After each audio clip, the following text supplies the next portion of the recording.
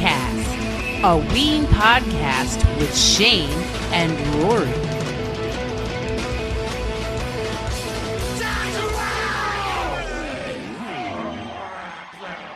Hey, what's up? This is Shane. And this is Rory. And this is Weencast. And we welcome you to a new episode. Yes, good evening, everybody. Welcome to the latest and greatest episode of Weencast. Yeah, what's going on? We're glad that you're here. What's going on, everybody? We are super stoked to bring you this episode because we were able to sit down for a couple of hours and chat with the legendary taper himself, Fred Moore, who has taken care of us over the years. The dude went from taping The Dead and a bunch of other amazing bands back in the 80s and 90s to start taping Ween in the late 90s. And basically, he has always been a real resource for all of us in the Ween community to look to for amazing tapes. And then kind of moved on to helping out with the entire New Hope scene, the Invitational. He does his own show with him and Be Ill. And the guy's just an amazing character and fun guy. And we had just an absolute blast Absolutely talking to him for a couple of hours. And it was just a great time. Yeah, if you didn't know Fred Moore, you do now. Real quick, we just want to give a shout out to Eli and his podcast, Cosmic Lion Radio. He did an interview with Fred. The episodes are actually from a couple years ago, but we had gone back and listened to them. And Fred tells some other really great stories on Eli's podcast, so check that out as well. Yeah, it's an awesome podcast. And also just a real quick thank you from us to a new friend of our show, Cody, who hooked us up recently, and we just want to say thank you to Cody. And, yeah. Yeah, Cody, rock on, brother, rock on. Thanks, dude. Yeah, so, we have an awesome episode coming at you. This is actually going to be a two-parter, so tonight's part one of the Fred Moore interview. Just some of the things we kind of talked to him about. He's a legend in the taper community. For Ween and everything, so we chatted a lot about taping. We got to talk to him about his love of the Grateful Dead, how he got into Ween, how he became a big taper for Ween. He talks all about shit about all of his years at John and Peters. He actually jammed with Diener a couple times, so that's pretty awesome. Yeah, man. And he talks about that. And he plays with the Reverend Be Ill, the legend himself, Be Ill. So there's a lot going on. Fred Moore has his hands in a lot of pots in the music world, and totally. So we really have a chance to dig in really deep with a lot of stuff, and that's why it's a double episode coming at you. Absolutely. One last thing before we get to the interview, just check us out on Patreon. This episode is going to have a lot of bonus material. Full songs, whereas the episode itself is just going to have clips that Fred provided to us from shows that he's taped. Also, some of the conversation that we got into that night wasn't able to fit into the episode. That's how long the conversation was and how awesome it was. But some of that conversation is going to be available on Patreon if you're interested. So check that out. So that's kind of all I got, Shane. Yeah. So should we go to the call? Yeah, man, let's do it. Let's do it. Hi, I'm Leah. And I'm Beth Ann. And we're She Will Rock You. She Will Rock You is a bi-weekly podcast about rock history.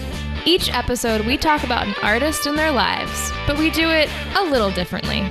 You see, we noticed there was a lack of ladies hosting music podcasts, so we wanted to fix it. And here we are, two badass millennial ladies talking about rock music our parents wouldn't let us listen to. As a bonus, you'll even get our beer recommendations at the end. Find us wherever you listen to podcasts. And remember, don't do drugs!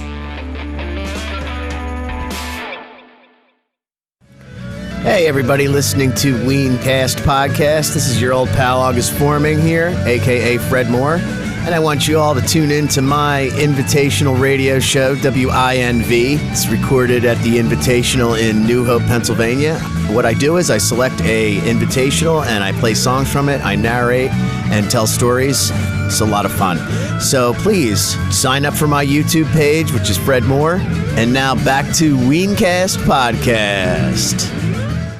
Okay, so we are on the phone with Fred Moore. Thank you so much, Fred, for being here with us. My pleasure. Thanks for having me, guys. Yeah, Fred, thank you so much. It is awesome to have you on. Fred Moore, a.k.a. August Forming. That's correct. Guilty as charged. Awesome. Well, I'm glad we got the right phone number then. Yeah. Well, let me start off, Fred. First of all, a quick little story, if I may. Certainly. I think the first time that I have a distinct memory of seeing you, at least, which was the Trade Winds show in Seabright, New Jersey. Oh, yeah. In 2001. Mm-hmm. And I just remember, I think you were like right behind me. I don't know if you were taping that night or not, but okay. Well, you... I don't not tape much. You must have been like away from or right in front of your tape rig or something, but you were like right behind me, and I just remember just thinking like, who the fuck is that dude? Because you were like way into it. Like, just I've never seen somebody like just dance with themselves like you did that night. And I don't think I could like describe it. It was just like when you see someone like that is just rocking out just by themselves that hard, it's just like, who the fuck is this dude? It was one of those moments, Right. I know exactly what you're talking about. And I remember that night really well. And the night just kept building. And one of the things that kind of fueled my dancing was I had just met my friend Bina, and I turned around and I was like, hey, hi, I'm Fred. And she's like, nice to meet you. Right then, a dude puked on her. And I was like, and we were just all horrified, like, oh my God. And she just looked at me and went, and just kept dancing. And that just, we were all just like, it's that kind of night, Nothing's going to bring you down. Yeah. You get brown and dirty. You got to keep rocking and rolling. Yeah, that's man. Great. Well, do you remember a big redhead standing in front of you? Man, I don't remember many people standing in front of me. I remember the people in front of me weren't the problem. It was the people behind me, because I remember mainly like dancing and then, but still at the same time being completely aware and protecting our gear, because it was, that show was mayhem. It's also a crazy coincidence because in our chronological order, the way that we do most of our episodes is we go through shows that we've seen in the past, and the next one on the docket is actually the Trade Wind show. Nice. So we just thought that was just a kind of ridiculous coincidence. That's funny. That's for the first time that Shane remembers seeing me, because I remember meeting Shane a couple times at John and Peter's in passing, and we had some mutual friends. That's awesome. Yeah, totally. I mean, it was from like then on that I think I saw you at like every show, and like every time there was like a Ween spinoff, it's like, oh, there's that dude again. And then I think I finally like, mustered up the courage to be like, who the fuck are you? That kind of thing. And so the legend grew over the years, right. Who is this? Larger than life. Who is this fucking guy? Well, before we get too into it, so here's the deal, Fred.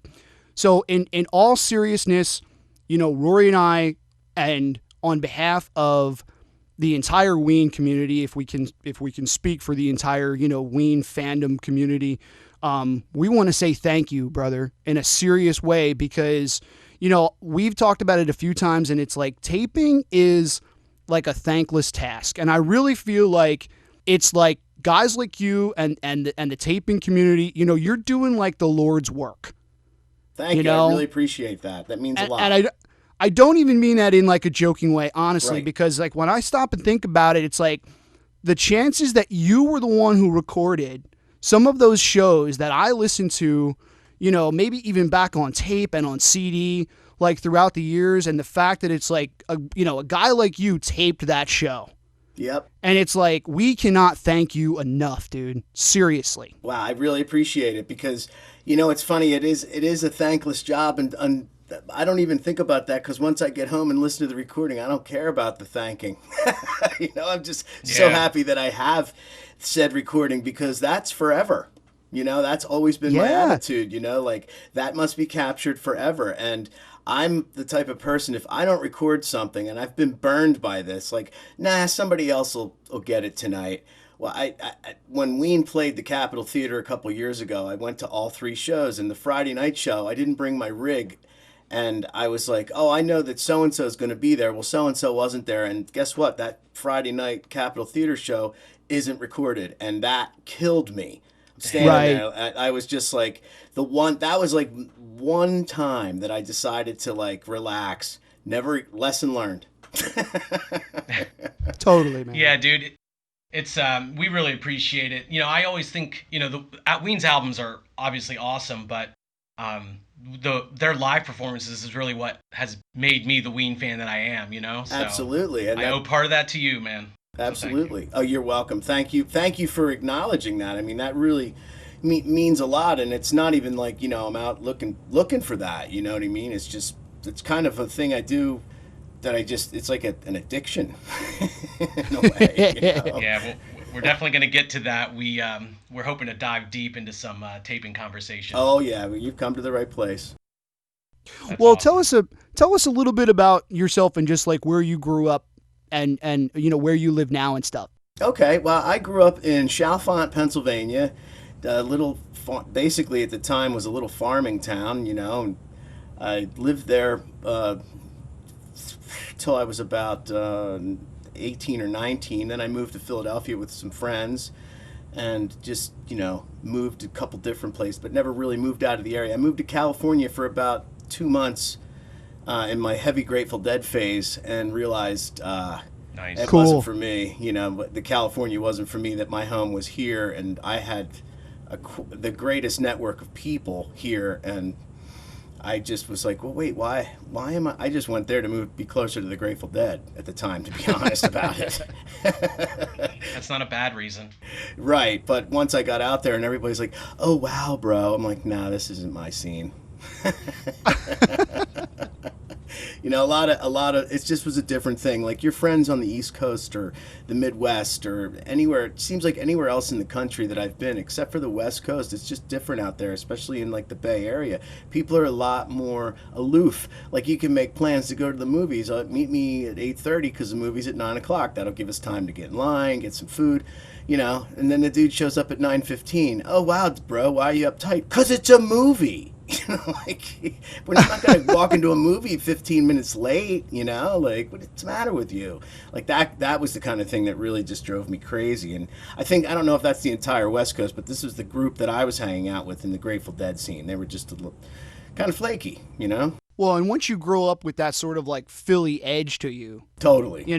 It's hard to let that go, Right, and I'm one of the nicer Philly guys. Where in Philly were you? I lived in the lower northeast, Frankfurt area for about 9 years. Oh, wow, so you were right in it. Yeah, I lived in West Philadelphia, 4517 Spruce Street. I lived there for a couple of years. Right in University City in the 80s, between the years of it was like 86 to 88. Something like that. Then I moved to the West Coast and moved back, and then moved in with my buddy Peter in 89. I wasn't out there long until I figured out, Philly's my place. My people and my... I love it. I don't live there. I lived there about 3 years ago when we moved, but we try to get back there as much as we can. Right. So you're up in Bucks County now still, right? Doylestown. Yeah. Yeah. So how's that treating you? Great. I mean, it's funny. I graduated from Central Bucks West, so I'm living in the same town my alumni's in. And, I've been all over the place, and I ended up back here. And it's treating me pretty well. I don't live right in Doylestown, but it's funny. I don't hang out in Doylestown. I hang out in New Hope. It's just Doylestown. New Hope's kind of the place in Bucks County to hang out. Yeah, and Doylestown's almost like it's, little brother in a way, like the pretentious little brother. Not quite as cool. Yeah, there's not quite as much cool stuff going on in Doylestown. It's a little bit more, straight-laced. Absolutely. It is. Yeah, just definitely not I mean, there's some nice places in Doylestown. There's a couple of cool spots, but it seems like I just always end up in New Hope. Yeah. So we want to, we kind of want to dig deep into taping. Okay. Because you happen to be an expert at that. So we wanted to back it up. Tell us about how you got into taping. All right. Well, my buddy Peter and I. Well, first of all, I just started going to Grateful Dead as much as I could. Like probably instead of going to the prom, I decided to go see the Dead at Merriweather Post, 1984. It's like, nice. Do I want to take a girl to the prom I could care less about, or do I want to go see Jerry? Let me think about that for half a second and buy the tickets. So I remember when I was there, that was when right around that point, like I had started getting live Dead tapes, so I started to like research tapers and checking out where they were and their gear and stuff, because I was always kind of a gearhead. My uncle got me into recording when I was a kid. He gave me a little reel-to-reel that I used to do my own little radio shows on, and interview my mom and stuff, you know what I mean? That kind of thing. Reporter on the street, Fred Moore, reporter on the street, Nice. And I'd like to find those tapes somewhere. Probably embarrassingly funny, but so then like when I was at some Dead shows, I started seeing getting these Dead tapes, and I started to check out the tapers, and then I was like, wow, looking at their gear and asking questions and stuff, and then I met my buddy Peter, and then the Dead kind of like they never really had a taper section until like around 85, 86. So right about that point, they were all the tapers were in one spot, because back in the day they were sort of just random wherever, so you never knew what kind of recording you were going to get. So once that happened, like right around 1990, when I saw Crosby, Stills and Nash open for the Dead in Pittsburgh, was my first show recording, and it was awesome. I bought a D6, a Sony D6 off of somebody, and it was funny when you had a D6 and you went into the taper section at the Dead show. They'd be like, "Oh, look at this guy! He's got a D6. He must be a rookie." You were judged completely by your gear. So and that's as I grew older and had more money and better jobs, I just kept increasing my gear and buying better microphones and then started actually seeing Fish shows, seeing Dead shows, just Max Creek, bands that let you record them. I just would go to them, and that was really how it all started. And it started with cassette, and the reel-to-reel my uncle Bob gave me, and then the cassette, and then I was one of the first to buy a DAT deck, a DAT deck. I used that thing for years and years. I have so many DAT tapes that are unlabeled because I was going to so many shows.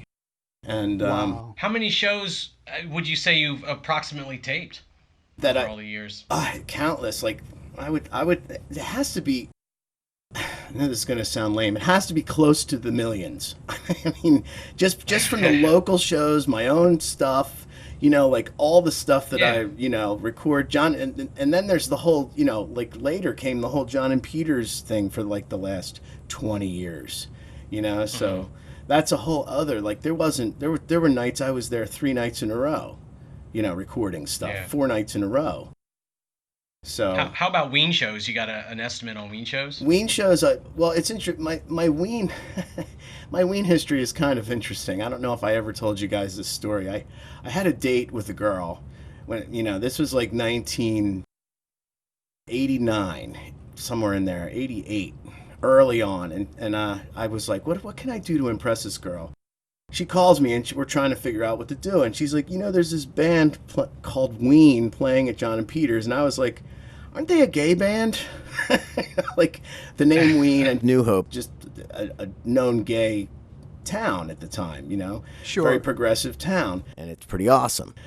And so I just, when you hear the name Ween, and I was 22 years old in 1988, I was like, it's not a gay band, So I went to see them, and I have to say it was pretty bad.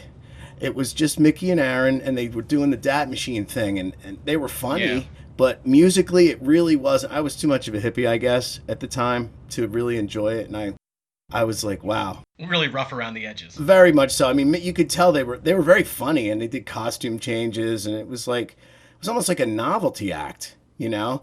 And I was kind of like, what the fuck is this? But there were times where it was like there were times where it was just really bad musically, and I remember being like, oh my God, this sucks. And I thought, well, if the girl I'm with is into it, you know, I'll hang tough. I looked over and she was wincing, so I leaned over to her and I said, hey, Greg Allman's playing at the Tower. If we bolt right now, we could probably make the second set. So we bolted, left Ween, drove to the Tower, and we got there between sets and ended up getting front row right in front of Greg Allman, somebody that didn't pick their tickets up. And they were just like, oh, you can just have them. So it turned out to be a really cool, like the night ended really cool night, but a wild night. But that was my first time seeing Ween. And then the second time seeing them, I didn't see them until 5/12/98 at John and Peters. And that was where I met, you know, it was Bill Fowler's birthday. That's where I first saw Bill Fowler play. And when I saw those guys like play this just crazy night of amazing music, I'm like, this is not the same band that I saw 10 years ago. And then they brought this dude, Bill Fowler, up, and they play Stella Blue, one of my all-time favorite Grateful Dead songs. I'm like, who the fuck is this band? And who the fuck is this dude? You know? And then they went into a song called Let Me Lick Your Pussy, and I looked at my buddy Peter, and I'm like, this is my new favorite band. That's so cool. Yeah. I mean, it is amazing just to hear, you know, you talk about like the days when it's just like the two of them. I mean, and, you know, we don't go back that far into the history, but I mean, from watching like the old videos and stuff and reading some of like the interviews where they talk about like those early days, I mean, to me, it seems more of like a performance art kind of thing. Really. Absolutely. Yeah. You know, I think it's in the liner notes for At the Cat's Cradle, and Diener says something about, we won a lot of people over on our sheer nerve. I think it's from that booklet. It's like just the fact that those two dudes got up there and were like, no, we're putting on the show for the next, you know, hour. It's like, are you fucking crazy? You know, like that kind of thing, you know, and they just fucking did it, you know? Right. And they had banter and they were just hilarious, you know? But once you realized that you were head over heels for Ween, how did you get into taping for them? Like taping so much, like getting into the Ween taping scene? Oh, well, you know, they would back then they would play the John and Peters regularly. It was like, I mean, I want to say at least 5 times, 6 times a year. And so I just, you know, John and Peters, my buddy Peter was already had that table that I sit at, you know, where he was taping from there. So we were trying different. I just started to like come with him and was like, oh, this is cool. So then when he wasn't coming, I just started taping.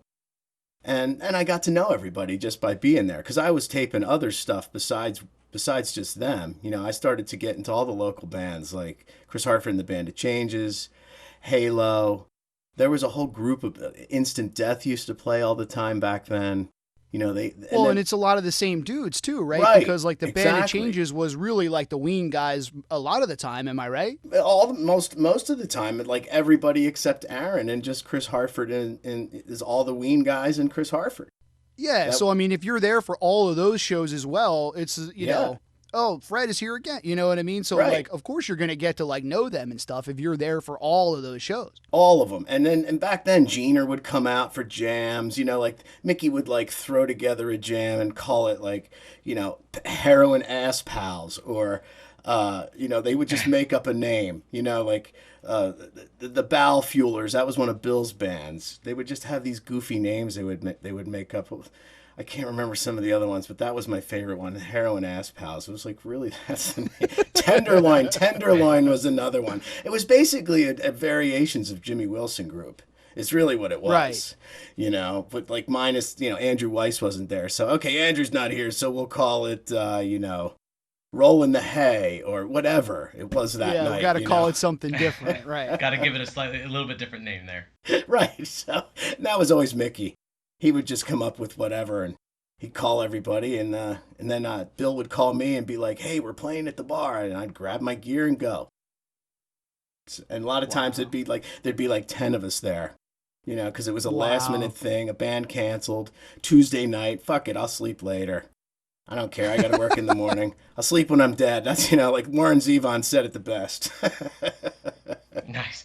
So man, you got to have a pile of tapes and CDs and DATs and everything. How do you store all this? Well, that's the thing. It's like it's just piled up so quick, and then I changed formats in the middle of it. So I have stuff I've never touched. Like I was just going through and looking, and I found this Reverend B. Ill and the Sinners show from 1102.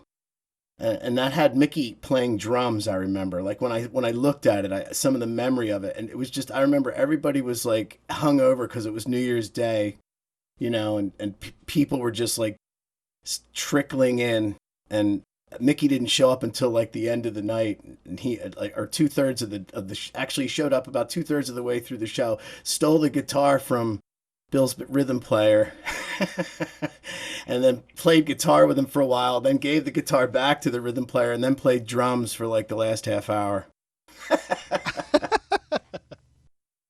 So yeah, there's a million nights like that are recorded and sitting behind sitting under my basement steps. And one of these days, I'm just going to sit down and go through everything. And there's just so much, you know what I mean? I would actually need a team of guys to sit there and label it and digitize everything.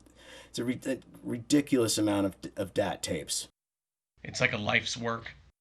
Yeah, it's absolutely. Like you're talking like, I mean, if I was to do it myself and I just did that, I could probably get it done in about 5 years, because you have to do everything in real time. Wow. Yeah. Crazy, man. Yeah. Yeah, so you would need... So you mentioned... I'm sorry, go ahead, Fred. No, I was just saying you would need a team. Yeah, you need a whole crew working that out. And a lot of coffee. It's like those guys that are like this guy is like the Queen, like archive, proprietor or whatever his like title is, and that's like his job is just to go through like the old like Queen tapes, or right. There's what's his name, Joe Travers is like the guy who's just like in charge of like the old like Zappa tapes and like right. going through all that stuff, and it's just like it will just take that guy like the whole rest of his career to just work on those tapes and figure out what's what. Right, absolutely. And I mean, I label everything, but I put the date and who it was and where it was and the source. But that's just on, how like DAT tapes used to be like mini VHS tapes. So they just have that little thing that has the stickers on it that you can label. So I would write on the back in Sharpie what it was, throw it inside there, and then just put it in the box, grab a fresh one, and go on my way, Yeah. So. Well, shit, how do you keep all this sorted in your head? I'm wondering. When you're putting out, when you're doing music all the time and recording so much, how do you keep it straight? That's a good question, and people ask me that all the time. And for some reason, if I recorded it, I remember it. Like I couldn't tell you what I had for lunch today, but I can remember, 12:30:00, which is Ween played at John and Peter's that night in a blizzard because they were supposed to play at the Saint, and they had to cancel it. So they played at John and Peter's instead.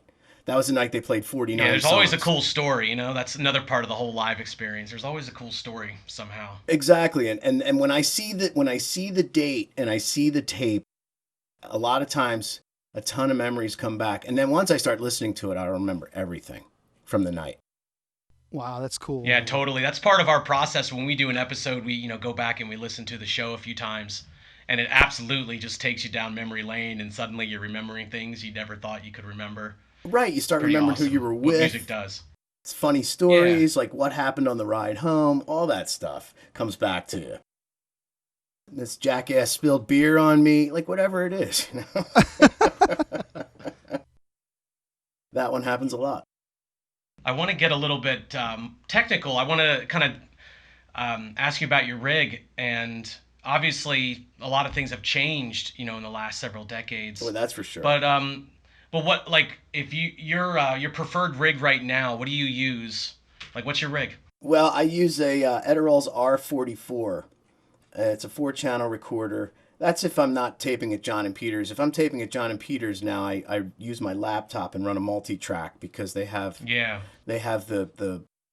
Yamaha TF1 series soundboard. So I have the room all wired so that I can just plug right into that, and everything every channel on, like say for every microphone on the stage has its own wave file.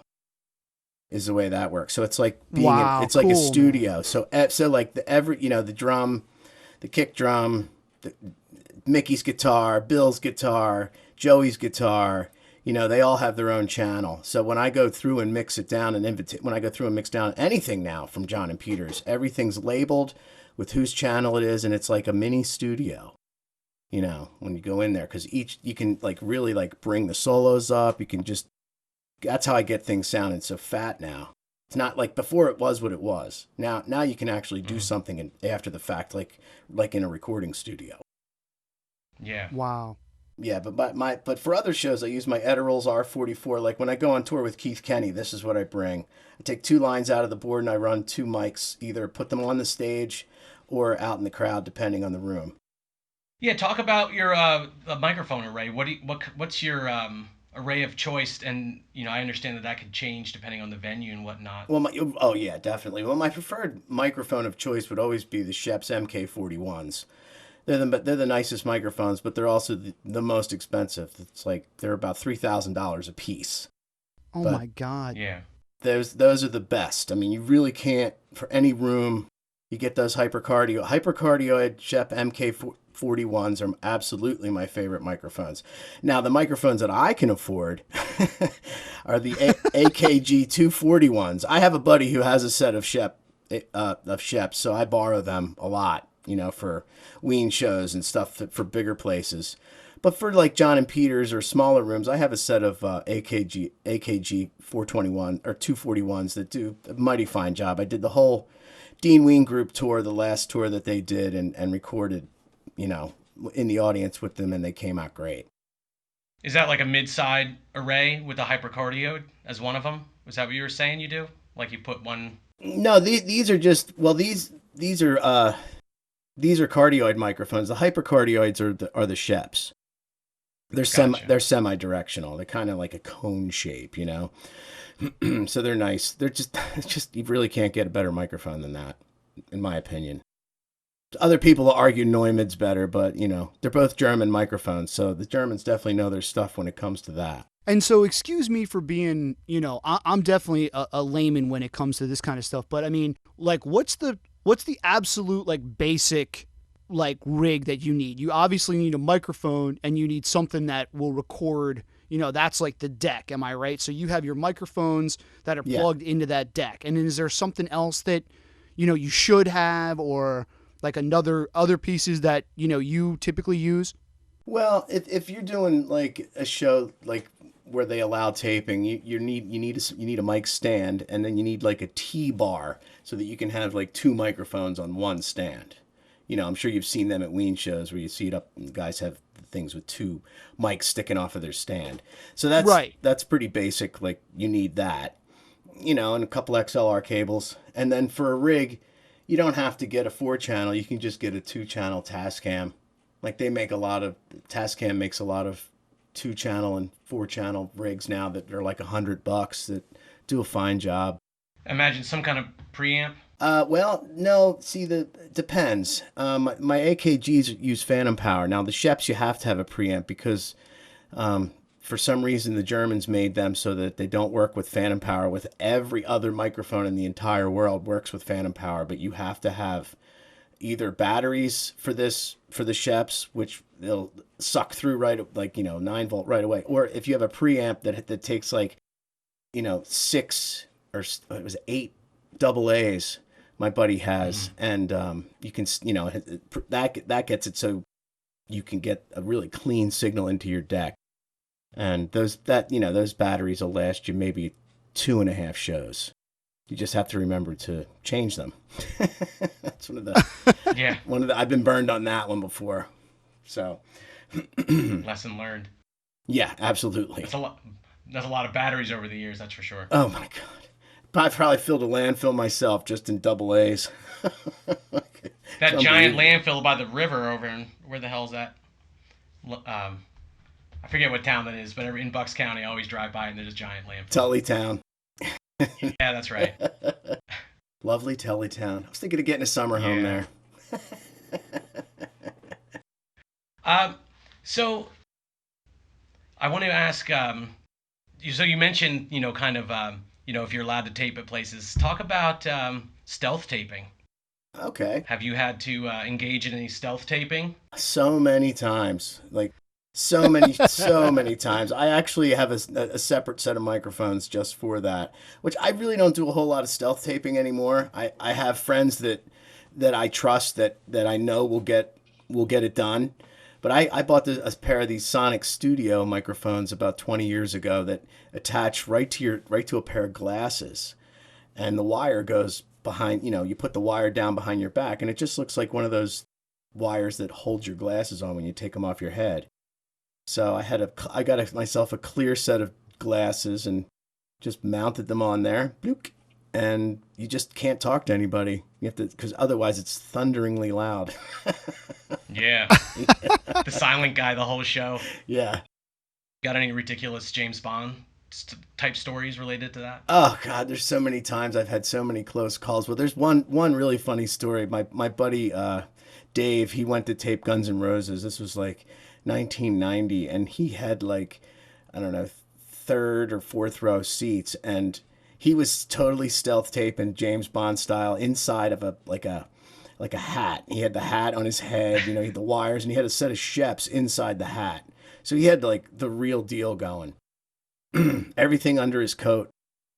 And then, right near the end of the show, everybody decided to like get up on their chairs. Because, Axel's like, hey, everybody get up on your chairs and yell for us or whatever, And so everybody's up. So Dave's sitting, and suddenly everybody's standing on their chairs. So he's not hearing any music. He's just hearing the screaming. So he stands up, and he can't get above the people that are around him. So he takes his microphones and holds them straight in the air. And Axel spotted him. Oh no. Had security throw him out, but it didn't matter because it was like the last encore or whatever. So we just don't have the last encore, but you can hear the scuffling. All right, let's go. I've never been caught. I've always been really lucky. I've always just either I've had people with me that will keep watch, or I've known somebody in the venue that can just take my deck right in. So I've never really had many problems with stealth taping myself. And like I said, I really don't do it a whole lot anymore. I'm so busy with other stuff. Mm-hmm. That's awesome. I was just going to say, we wanted to get into, kind of like the Grateful Dead anyway, but before we go there, just out of my own curiosity. So like you mentioned the Grateful Dead, taper section. So like when that first started, I mean, was it something that, I know, like, I don't know if they still do it, but for like Fish shows, you have to buy like taper tickets. Mm-hmm.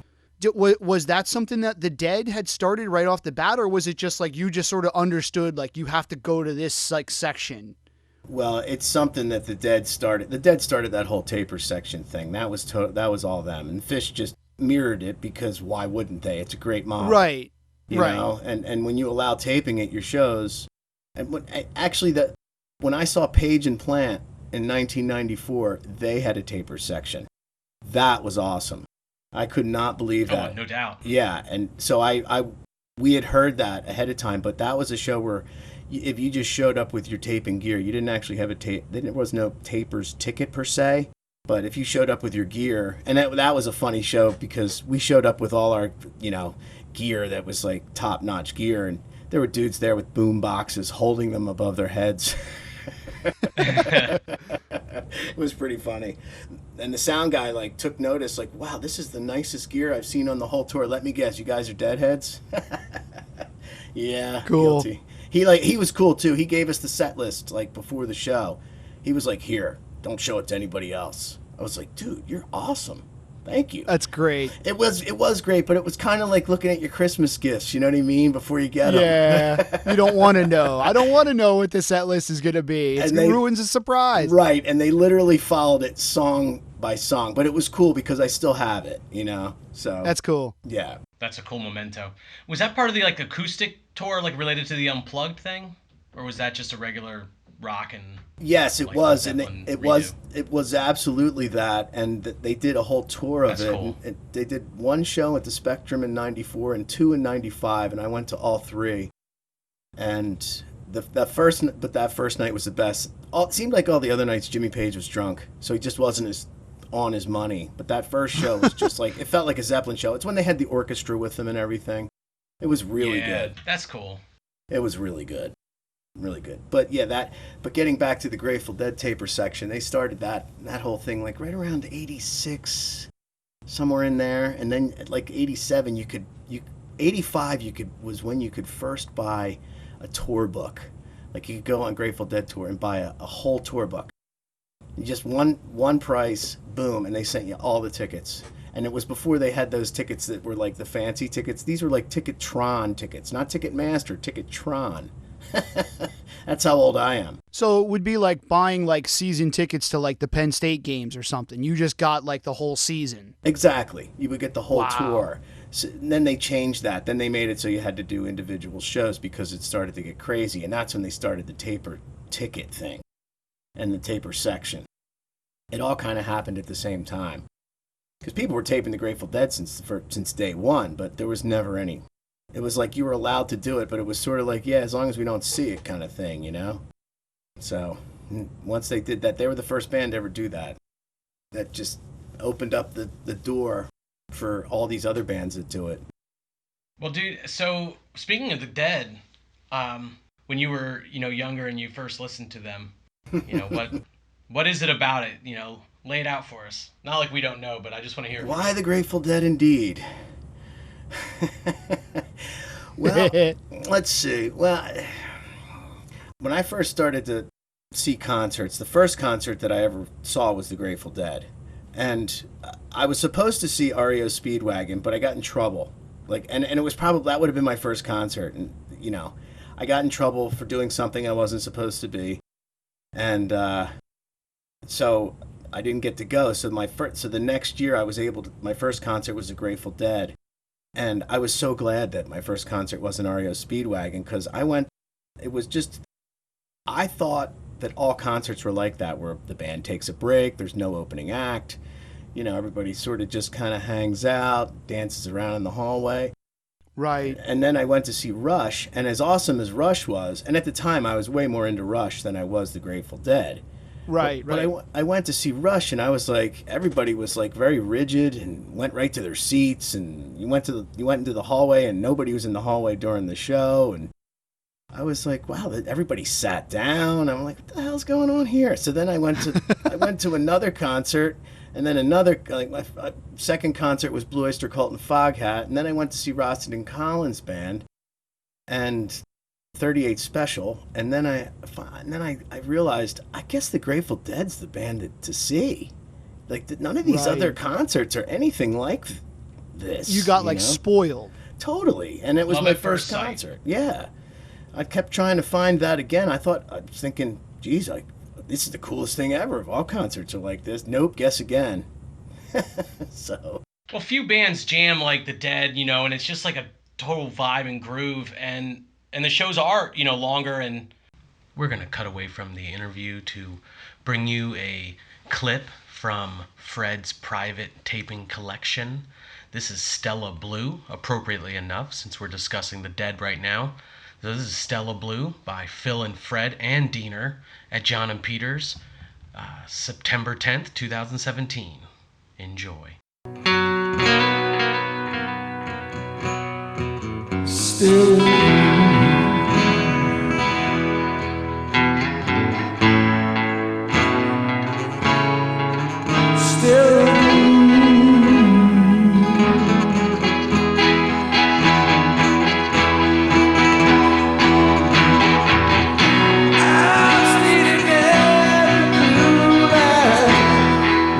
poison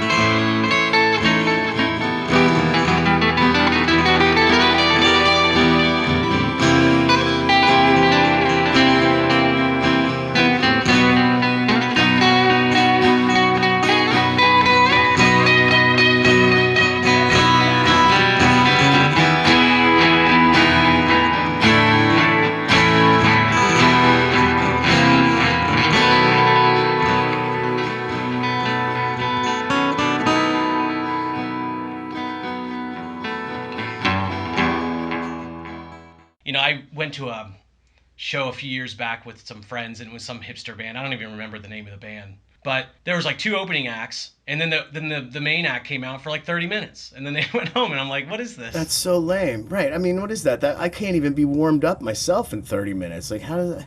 That's insane to me. Like, after 30 minutes, jeez, that's crazy. And that was the other thing with the Grateful Dead. They played longer, and then, I had heard their records, but seeing them was a whole other ball game. I was like, this is way more rocking than listening to the, Working Man's Dead or Skeletons from the Closet or any of their other stuff. Like, I had never heard any of their live stuff when I first saw them, and then when I saw them live, I was like, oh my God, this is completely different. And then all the other bands sounded exactly like they do on the record.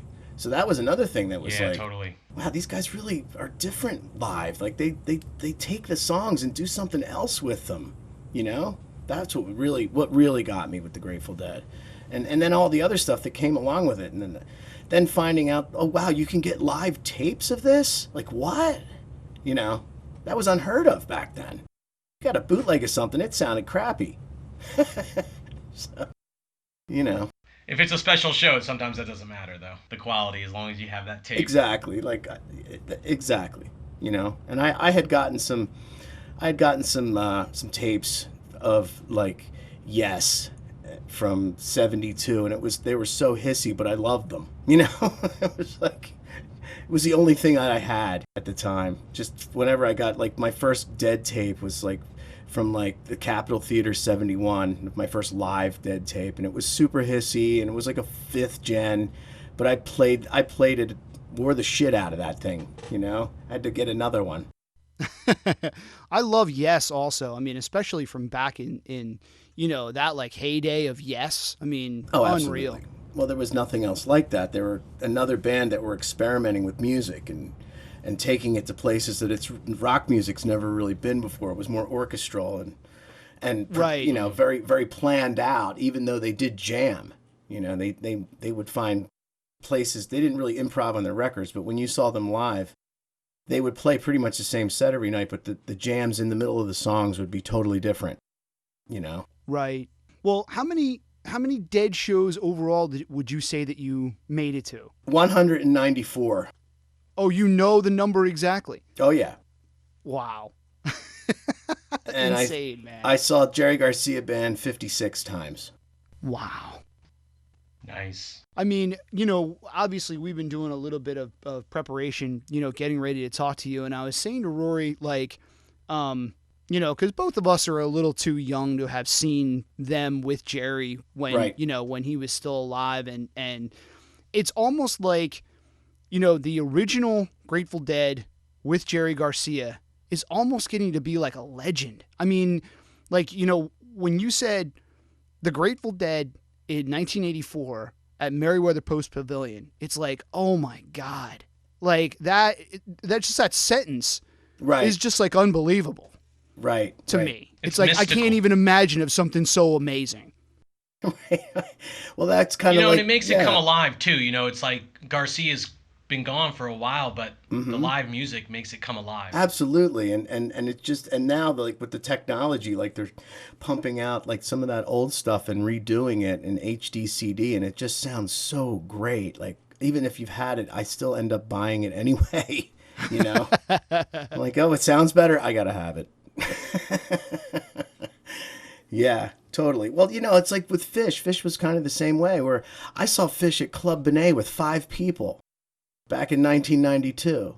And it was basically me and my buddy Peter, Big Phil, and a couple other of us, and nobody showed up. And I don't know if you know about Club Benet. It was this back in the 90s and early and late 80s. It was this club that was owned by the mafia. It was so obvious that it was a place to launder money, because they would have bands play there, and it was a dinner club, and it would, like, they'd have these big bands play, and there'd be hardly anybody there, like and the dinner was, the dinner was like big steak dinner. Like, it really didn't fit for a rock and roll club, but they'd have these big rock acts play there. And when Fish played there, we were all just like, are we in the right place? Like, are we going to get killed? You know, like this guy at the door is really scary. But once we got in, it was, you know, and that was during like when in Fish's heyday. And we were like, yeah, why don't you play Colonel Forbin? And Trey was like, okay. So anything we called out, they played. So, you know, again, like, and to me, like that was at the time, it was just like, these guys are cool, but they're not the Dead. You know what I mean? Well, I mean, I think that, you know, the comparison between those two it's apples bands, and oranges. I mean, right. I mean, you know, it's just one of those things that I think people who don't know enough about either one of the bands will just throw out there because it like they think it's easy. And it's like, well, obviously you just don't know enough about either the Dead or Fish. Right. To say that they're like the same. You know? They're the only thing that's really the same about them is the idea behind them. You know, right? They both come from and Fish was. When I saw the first time I saw Fish was by accident. I was in Vermont visiting a friend, and we went to Nectar's, and he was like, "Hey, have you ever been to Nectar's?" And I'm like, "No, never even heard of it." And he's like, "They have the best gravy fries." I said, "Okay, that sounds good." So we went there, and this band was playing, and I was like, "Hey, this band's pretty good." You know, they were playing like some weird songs, and then suddenly they went into Scarlet Begonias, and I'm like, "Oh, it's cool." You know, these guys are pretty good. And so we're eating our gravy fries, and we're talking and not really paying attention. And all of a sudden they go into, you know, instead of doing Scarlet Fire, they do Scarlet Begonias into Let Me Stand Next to Your Fire by Jimi Hendrix. And I was like, whoa, got my attention. You know what I mean? Like, that's cool. And I actually forgot about that until recently. My friend Lee was like, dude, you saw Fish with me and Nectar's in 87. Remember when we went to visit? I was like, oh my God, that's right. I did. I forgot. So, wow. Yeah. So fast forward a little bit. Did you hear Roses Are Free live from Fish first or Ween first? I heard Ween's version first, actually. Okay. Yeah, I had like live though, not from the album. No, the album. I heard the album, and then okay. And I never saw Ween. Ween didn't really play it live then. And then when Fish started playing it live, they were kind of like, "Well, we're going to show them how to play it the right way." Right. That's actually what when the first time I saw them play it, Aaron actually said that this next song goes out to Fish, and Mickey was like, "Yeah, this is how you're supposed to play it." Tell it like it is. Yep. Yeah. This is how it just. You know, both bands do a fine job with it. You know, but you can't beat the original. Of course. No. Oh, that's good. Yeah. So, you know, obviously, you know, taping's a big part of your musical identity, but you wear a lot of hats. So you also play music, and so we definitely want to talk about that as well. So. I don't know where exactly we want to start with this whole kind of conversation, but I know, you know, right now you do Bill and Fred's with the Reverend Be Ill. So I don't know if you want to talk about that and how it's like working with Be Ill and how you guys met and collaborating with him and things like that. Sure. Well, we told that story about how we met with the Jimmy Wilson Group show. Again, you know, dovetailing into your show. Yeah. And, you know, is it always... I swear it's always someone's birthday. Was that actually B.L.'s birthday that night, or were they just saying that? No, they were just saying, I'd like to wish a very happy birthday to Jimmy Wilson. Like it was, no, they just do that. Yeah. Like, because everybody on funny. stage is Jimmy Wilson. Oh, and also to answer your question, Glenn definitely was at that show. I sat right behind him. So nice. Yeah, he was definitely there. And that was. Oh yes, awesome. That was good a great, call. really good night. Because that's when I was listening to the show, I was like going, yeah, he was there. But that's cool. Yeah. So Bill and I actually we met. The first time we met was briefly at Irving Plaza when Urchin opened for Ween. Whatever year that was, 2000, I guess. And then that Jimmy Wilson Group show was where we really started to talk. And then, you know, I started to, every band I went to see, it seemed like he was sitting in with. So it's like, hey, man. So then we just got to talking, and then we got to talking that, hey, wait, we talk about Dead shows or this show or rare shows. Like he would bring up like Al Damiola, you know, in Philly, like at this tiny little bar. And I was like, dude, I was there. Like stuff like that, you know, like where we were at like so many of the same shows in the 80s and 90s, but we didn't know each other. So we got to become really good friends that way, just talking about like various shows. And it just seemed like at the time, for the longest time, any show either one of us would bring up, the other one would say, dude, I was there. Yeah, so you always have something to talk about because you just, you know, we'll be talking about old shows that you just happen to be at the, you know, at the same show together. Right. And you know, so then Bill and I exchanged numbers, and then one day he called me, and, you know, when he called me, I was kind of like, yeah, what's up, man? You know, like, I kind of was like, do you need something? And he's like, no, man, I think you're a cool guy. I just want to talk to you. Let's hang out. I was like, okay. Caught me off guard. Like, you know, Rockstar wants to hang out. So then I invited him to come see us play Spittoon. This was back, you know, 2000 or something. And he came one night, and then he came another show, and then he called me, and he was like kind of hinting around, like he wanted to sit in. And I was like, this is our 4th of July show, July 4th, 2001 or 2002. I think it was 2001. It was before 9/11. And Bill was kind of hinting around at sitting in, and I was like, dude, do you want to sit in? And he was like, I would love to. I'm like, bring your gear. I'll see you at the bar. So then I called everybody in the band and was like, we're going to be having a special guest tonight, you guys. And everybody was completely new who Bill was, you know. So I didn't tell them. So we got there, and Bill was the first. Bill already had his Mesa Boogie, you know, that giant Mesa that he plays with Urchin, set up on the stage. And I'll just never forget the look on our banjo player's face when he showed up. he was always telling us to turn down, and he saw that amp. It just was really funny. Speaking of the Reverend B. Ill, we're going to cut away to play you a little bit from Bill and Fred, Fred's Basement Bunker, Facebook Live. Tired of it. This is a Fred Moore original.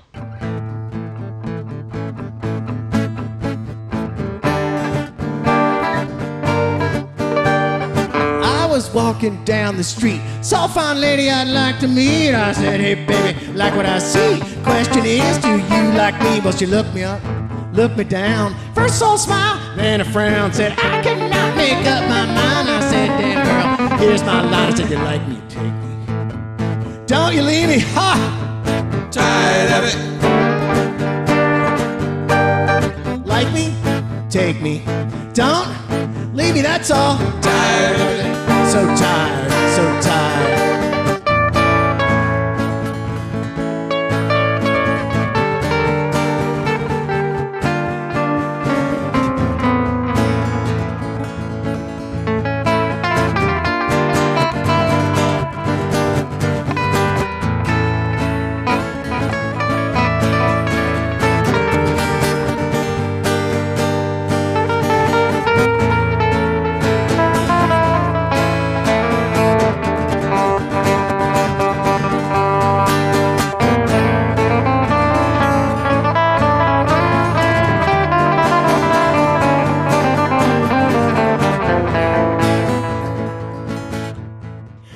Anyway, that particular night, everybody from Ween came out, and they brought their wives and everything. It was just a really cool night, and we had like bottles of moonshine that we had gotten from me and my buddy Mike had gone to West Virginia to go to Terra Alta to see like the All Good Festival or something, and this guy was selling moonshine, so we bought a couple of jars of moonshine.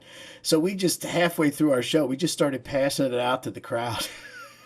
Just everybody in the place was drinking it. It was just a good old night, and basically after that, Bill just never left. Nice. That's great, man. Yeah, so it's just one of those things, you know, like he just sits in and never leaves. So I couldn't be happier for it. That concludes part 1 of our interview with Fred Moore. Hope you had as much fun as we did. Yeah, totally. Let us know what you think. If you have any comments or questions, or if you have a Fred story, we'd love to hear it. Hit us up on all the social medias, and stay tuned for the stunning conclusion coming soon. Yes, and thanks for listening, and everyone have a great night.